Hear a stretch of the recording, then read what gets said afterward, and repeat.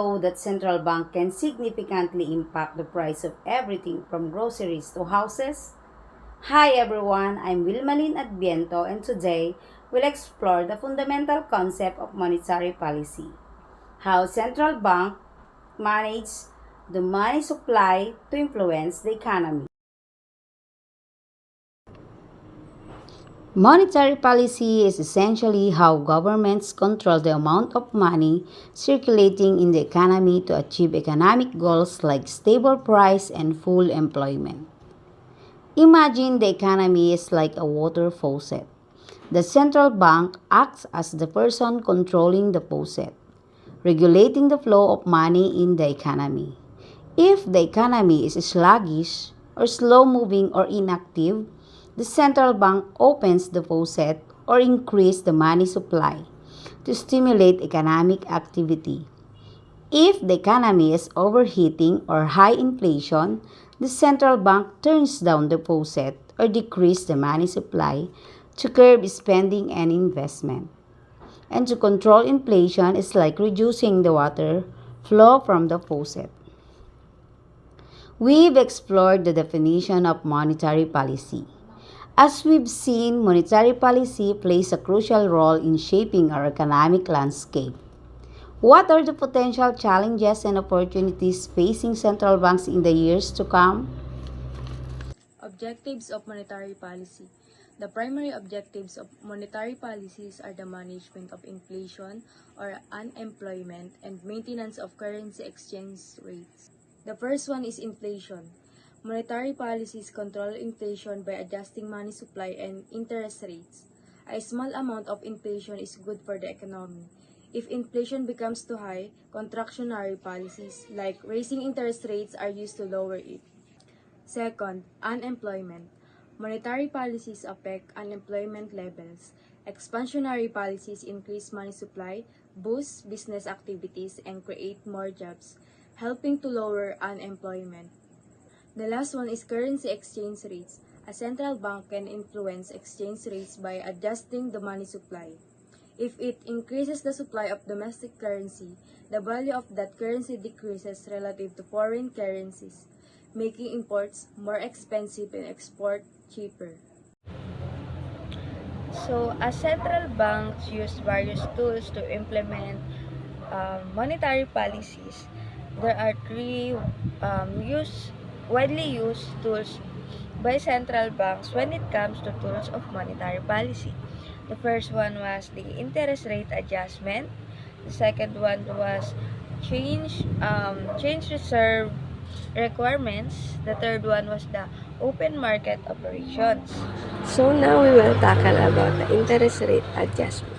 Dito, ang central bank ay pwedeng maka-impluensya sa mga commercial bank when it comes sa mga discount rate na kung saan yung mga commercial bank is pwedeng humiram ng pera directly from the central bank.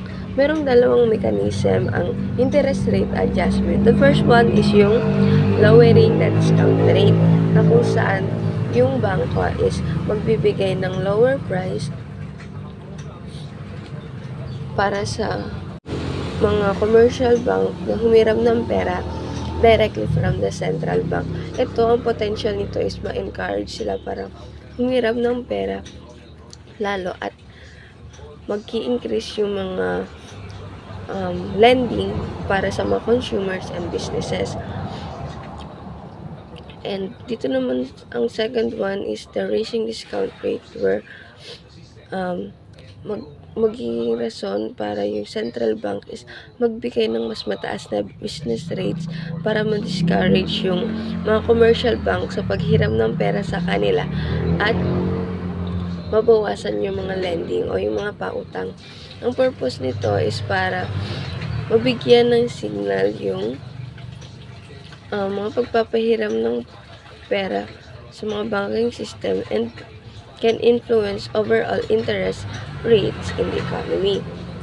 The second one was the change reserve requirements na kung saan yung requirements pagdating sa pagde-deposit ng pera in percentage sa mga commercial bank ay kailangan para ma-hold yung account nila sa central bank or pwedeng sa kanila mismo. ang kanyang mechanism is lowering reserve requirements na kung saan nag-aalaw yung bangko na magpahiram ng mas malaking pera ng pagdating sa pagde-deposit.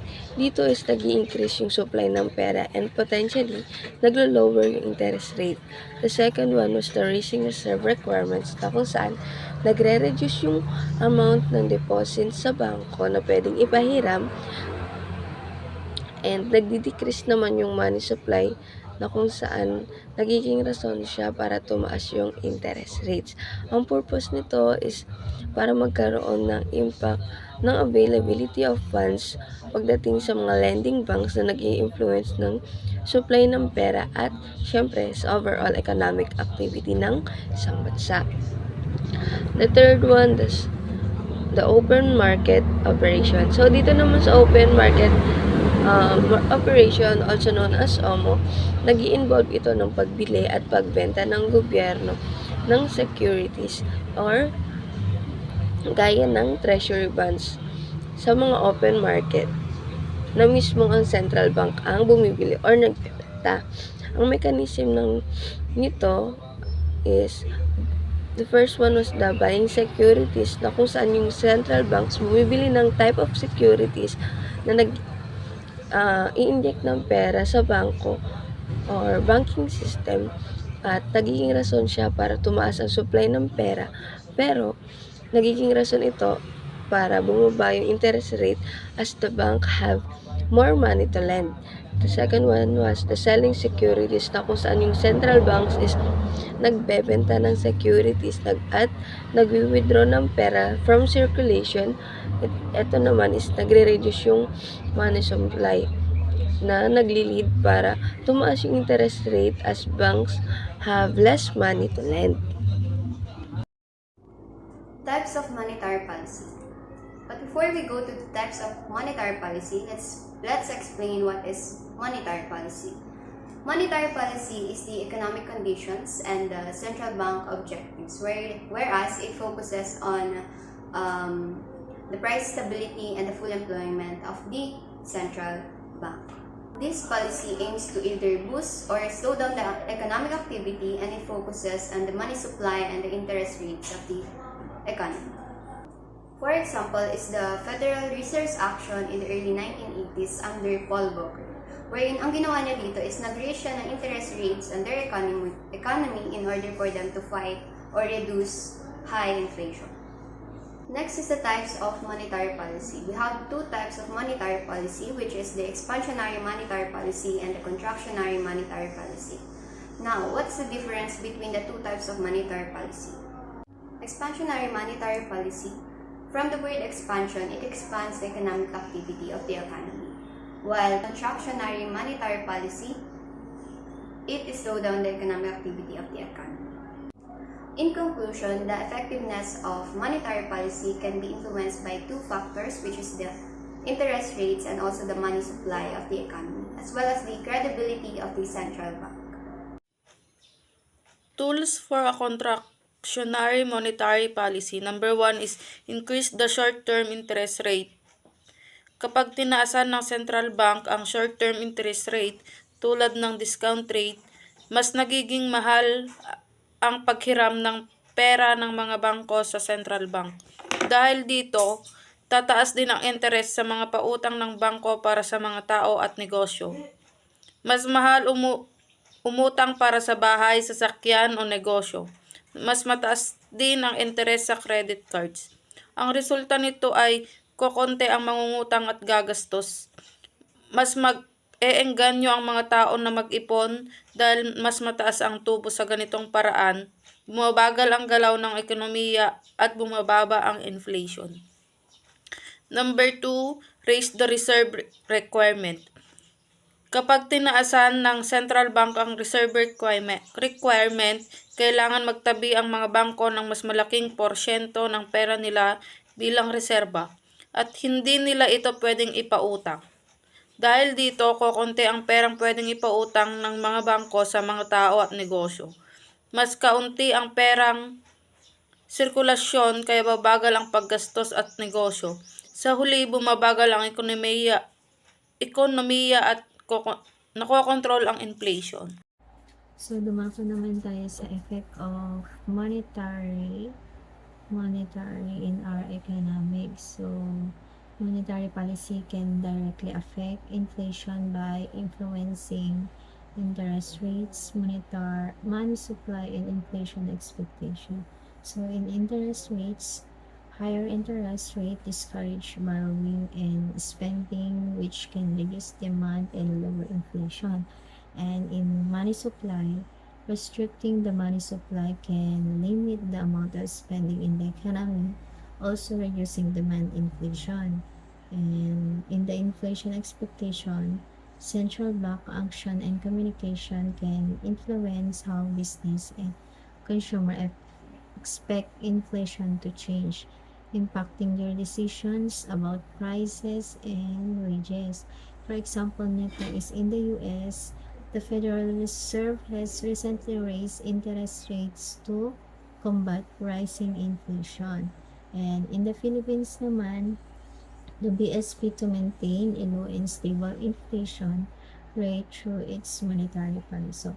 So in essence, monetary policy is a key tool for central banks to manage inflation by influencing the economies. So, good afternoon everyone. So, our topic naman today is the effects of contractionary monetary policy. So, contractionary monetary policy may result in some broad effects on an economy. The following effects are the most common. So, sinasabi dito na yung contractionary monetary policy ay meron siyang pinaka-broad na effects sa ating economy. So, ito yung most commonly na results or effects na meron ang contractionary monetary policy. So, number 1 is reduce inflation. So, the inflation level is the main target of contractionary monetary policy by reducing the money supply in the economy. Policymakers are looking to reduce inflations and stabilize the price in the economy. So, ang sinasabi dito, nababawasan ang pagtaas ng presyo ng mga bilihin dahil sa pagbawas ng supply ng pera sa ekonomiya. So, we have number 2, slow down economic growth. So, ang ibig sabihin naman dito is reducing the money supply usually slows down economic growth as the money supply in the economy decreases. Individuals and businesses generally have major investment and capital expenditures, and the companies slow down their production. Sinasabi naman dito na nababawasan ang mga investment at production dahil sa kakulangan ng pera sa sirkulasyon or sa business na meron.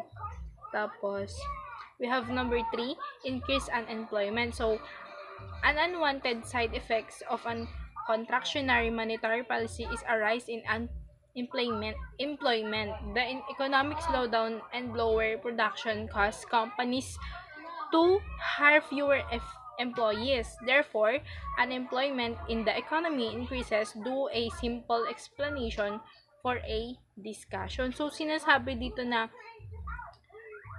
pagbabawas ng mga trabahador dahil nga sa pagbahagal ng ekonomiya at pagbawas ng production. So, may additional question tayo. So, bakit ginawa ang contractionary monetary policy kung may mga negative effects naman to? So, parang ang naman natin is ginagawa ang contractionary monetary policy para kontrolin ang inflation at panatiliin ang stability ng ekonomiya. Kahit may mga negative effects, ang goal ay para sa ikakabuti pa rin naman ng economy for a long run. So, paano ito nakakaapekto sa mga ordinaryong tao? So, bakit nga ba ano yung nakakaepekto or paano ito nakakaepekto sa atin na sa mga ordinary na tao. So, nakakaepekto sa mga ordinaryong tao dahil sa pagtaas ng unemployment at pagbagal ng ekonomiya. Pero, kung makokontrol ang inflation, Makakatulong ito sa pag-stabilize ng presyo ng mga bilihin at pagtaas ng purchasing power ng mga tao. So, What is expansionary monetary policy? Expansionary monetary policy is a strategy employed by central banks to boost economic activity. It involves increasing the money supply and lowering interest rates and making it easier for businesses and individuals to borrow money. So the goal is to stimulate spending, investment, and ultimately economic growth. So how does it work? Central banks use several tools to implement expansionary monetary policy. So number one po is yung lowering interest rate. By reducing the cost of borrowing, central bank encourages businesses to invest and consumers to spend more. And then next is reducing reserve requirements. Banks are required to hold a certain percentage of their deposits as reserves. Lowering this requirement frees up more funds for lending, increasing the money supply. And then last is the open market operations. Central banks buy government securities or bonds from banks and investors, injecting money into the economy. So some of the great examples of expansionary monetary policy is number one, the Great Recession, which happened during 2008 and 2009. Central banks around the world lowered interest rates to near zero and implemented quantitative easing or large-scale asset purchases to stimulate the economy. And then next is the COVID-19 pandemic, which happened recently during the 2020. Central banks responded to the economic downturn by lowering interest rates and implementing further rounds of quantitative easing. Effects of an expansionary monetary policy. An expansionary monetary policy can bring some fundamental changes to the economy. The following effects are the most common. First, stimulation of economic growth. Kapag may expansionary monetary policy, bumababa ang cost ng pag-utang. Dahil dito, naiengganyo ang mga consumers na gumastos ng mas marami. At yung mga businesses naman, mas willing mag-invest sa mas malaking capital projects. Kaya overall, mas napapabilis ang pag-ikot ng pera at economic growth ng bansa. Second, increase inflation. Dahil nga mas maraming perang umiikot, nagkakaroon din ng pagtaas ng presyo ng mga bilihin. Yun yung inflation. Minsan, okay lang ang inflation kasi nakakatulong ito para hindi bumagsak ang economy. Sa deflation. Deflation naman, ito yung opposite kung saan bumababa naman ang presyo pero bumabagal ang negosyo. Pero syempre kapag sobra-sobra naman ang pagtaas, nagiging unsustainable ang presyo at pwedeng magdulot ng mas malaking problema. Third, currency devaluation. Dahil sa pagtaas ng money supply, bumababa ang value ng local currency kumpara sa ibang currencies. Pero may good side din ito dahil mas mura na ang local products sa mata ng ibang bansa. Lumalakas ang exports natin. Nagiging mas competitive tayo sa ibang markets or sa international markets. Lastly, decrease unemployment. Dahil sa dami ng investments at paglawak ng mga negosyo, kailangan nila ng mas maraming workers. Resulta nito, bumababa ang unemployment rate. Ibig sabihin, mas maraming tao ang nakakahanap ng trabaho. Mas maraming pamilya ang may kita at overall, mas gumaganda ang buhay ng mga Pilipino. Monetary policy as macroeconomics tools.